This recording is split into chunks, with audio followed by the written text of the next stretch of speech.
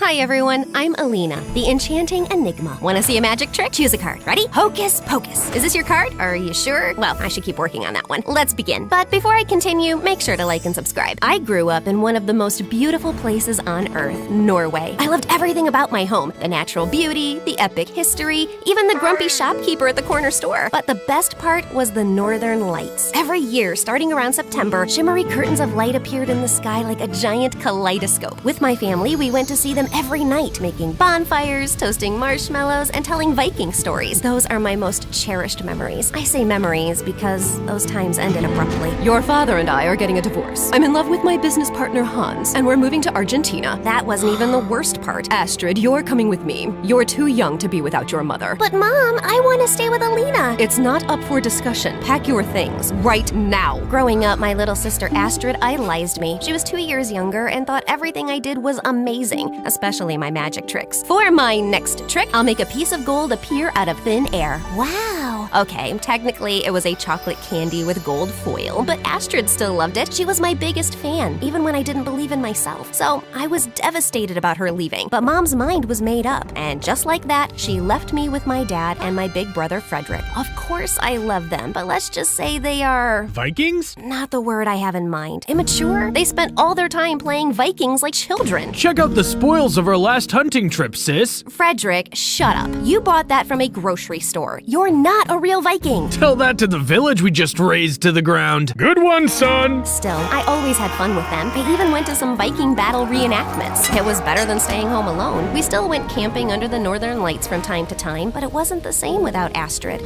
I wish Astrid was here too. Me too. Fast forward 9 years later. I was a senior in high school, and after a lot of training, I finally started getting magic shows. At first, I'd put on shows in backyards for my classmates' birthday parties. For my first trick, I'm going to pull a rabbit out of my... Uh-oh. Bunny, where are you? Oops. Yeah, sometimes things go wrong, but eventually I got really good. And every time I looked out at the audience, a part of me was hoping to see Astrid sitting there clapping and laughing like she did when we were kids. She was still all the way across the world. She grew up to be a full hippie, completely in love with nature. For the first 2 years, we talked every single day, even despite the time difference. Did you watch the last MSA video? Of course, it was amazing. She is my new favorite main character, at least until tomorrow. But then we started talking only once a week, then once a month. Over time, Astrid grew colder and colder until one day she snapped. First, I was pulling this really long handkerchief from my mouth. Suddenly, a kid from the audience grabbed the end. Before we knew it, we were both rolling up in it, turning into a giant handkerchief burrito on stage. And oh God, can you stop talking about that? There are bigger problems in this world. Who cares about stupid magic anyway? Then she hung up. Rude. I tried calling back a million times, but Astrid ghosted me. Well, she was a teenager after all. They all have mood swings, right? But when a few months passed since Astrid had gone radio silent, I started getting worried. I called my mother and Hans, but neither was helpful. She can't come to the phone right now. She's playing football. Isn't it like midnight there? Yeah, so late.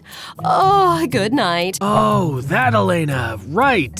Your sister's not home. Bye. But with no other choice, I got a plane ticket to pay them a surprise visit. I only sent Astrid a DM so she knew I was coming, but again, there was no reply. Okay guys, see you when I get back. Try not to burn the house down. I can't promise that. I'm still saying don't go. It's okay. Have a safe flight, kiddo. When I got to the airport, I didn't even have time to step into the security line before I had the shock of a lifetime. Hey sis, excuse me? Who are you? Astrid? You look so different. What are you doing here? I was just about to go see you. I know. I read your text when I took back my phone in the middle of my escape. Luckily, they didn't know how to work Instagram, so they hadn't read it. Escape? Who is they? What's going on? I need you to hide me. Nobody can know I'm here, not even Dad and Frederick. Before I could ask any of the million questions I had, Astrid took us outside and put us in a cab. What's with all the secrecy? Did you rob a bank or something?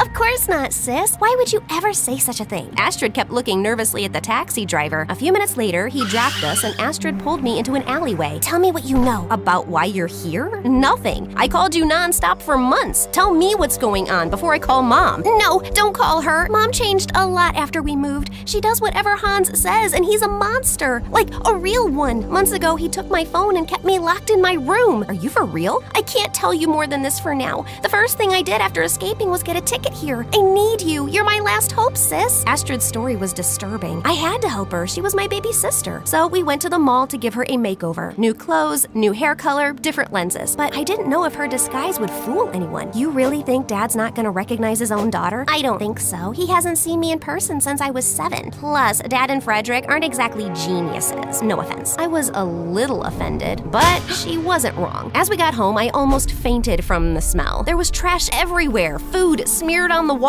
Alina, you're back! Dad, Alina's back! Thank Thor! What the heck happened here? I've only been gone a few hours. I told you we'd be lost without you. Who's your friend? Dad looked at Astrid in confusion. You remind me of someone. Probably some international superstar or model. I get that a lot. Frederick, Dad, this is Ruby. Love your place. Thanks, Ruby. You're a gem. Good one, Dad. I rolled my eyes and pulled Astrid upstairs. Then my phone rang. It's Mom. Please, sis, you can't tell her I'm here. I picked up the phone, and when Mom asked me if I'd heard from Astrid, I denied it. Your sister is in serious trouble. Please tell me if you hear from her. Before I could say anything, she snatched the phone from my hand. Dear customer, your coverage is currently out of range. Please try again later. I felt weird, but I shrugged it off, and later I talked to my dad about Ruby staying with us for a little while. Dad was so happy I hadn't gone to Argentina that he agreed right away. Thanks, Alina, you're a lifesaver. Hey, I can book some magic show for tomorrow. You know, I'm a really big hit here, so you can come. Actually, I wanted to check out this new environmental facility nearby. Oh, okay, I guess we can do that. When we got there, it was just like a normal, boring factory site. But then Astrid broke a window, opened its latch, and started crawling in. What are you doing? Breaking in? Hush! Either come with me or shut up and stay here quietly. Feeling totally weirded out, I reluctantly followed her as she moved down the corridors. When she reached the office, she started going through the drawers and took several documents. Astrid, this is illegal! Don't worry, I know the owner. Then she grabbed some spray paint from her bag and started painting the walls. She wrote something in really big, sloppy letters. Dentures? It says destroyers. Oh, right. Oh, what? Just then, sirens wailed in the distance. Run! I thought you said you knew the owner. I do. He's my arch nemesis. What? I never said we were friends. We raced out of there as fast as we could and make it home without being caught. Why would you do something like that? Will you tell me what's going on? Can't. And don't be so uptight, sis. It was just a little fun. Thankfully, the next few days were less crazy. Astrid still avoided coming to my magic shows. She was really busy with her plan, but every time I asked about it, she would change the subject or run off who knows where. I decided to find out the truth, so I started going through her things. In her purse, there were some huge piles of cash. There must be a logical explanation. Maybe she subscribed to MSA and won their amazing weekly prize of $10,000, right? What? You haven't subscribed yet? What are you waiting for? Remember that this only works on YouTube, not on other low-end platforms such as TikTok.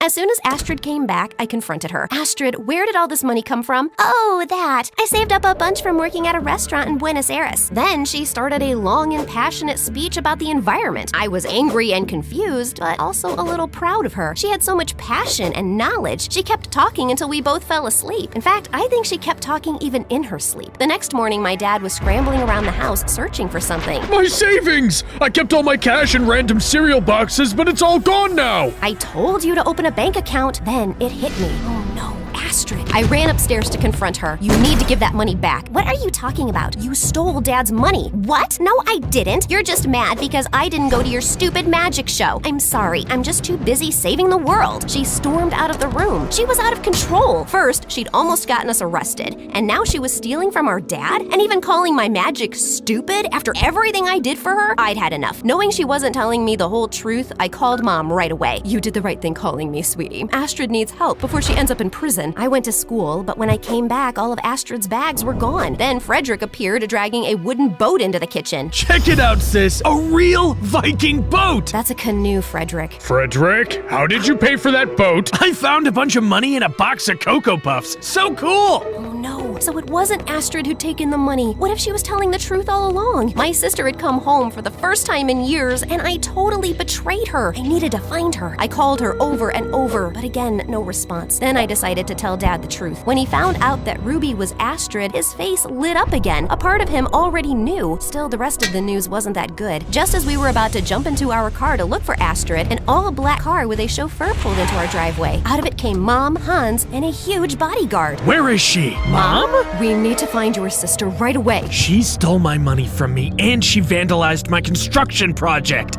I knew you helped her, Alina. If you don't help me find her, you are gonna end up in jail, just like your idiot sister. Don't you dare talk to my child like that! Dad tackled Hans, but then the huge bodyguard came for us. Frederick let out a Viking war cry and lunged at him. Soon our front yard became the scene of a fierce battle. But don't panic, we have a weapon up our sleeve, my magic. As Dad and Frederick were trying to beat the bodyguard, I decided to catch Hans. So I grabbed my magician coat and hat, and with a wave, cards flew straight at Hans's face like little arrows. Then I threw my rabbit at Hans, who is quite a fierce little biter. Then I pulled out my handkerchief, magically turned it into a rope, and then managed to tie up Hans with it. Just then, help arrived. But it wasn't the regular police, it was some kind of secret service. And they immediately arrested Hans and Mom. Turns out their new factory that Astrid had broken into was located in a zone and used certain chemicals that could lead to an environmental disaster. They had falsified the safety tests and all the permits. When Astrid found out, she tried to go public, and that's why they were keeping her locked in her room. After escaping, she came here to collect more evidence before presenting the story to the authorities, who quickly located the people responsible. Yep, my mom and Hans. However, Astrid was still nowhere to be found. She was gone. About a year later, I had my biggest magic show yet, and I nailed it. Towards the end of it, I dedicated the show to Astrid. My sister is my favorite person in the world, and I miss her. Wherever she is, I hope she knows how proud of her I am, because she grew up to be this amazing, brave person. And after the show, I went to my favorite viewing spot to see the Northern Lights, since it was the season for them. I kind of felt closer to Astrid in this spot too,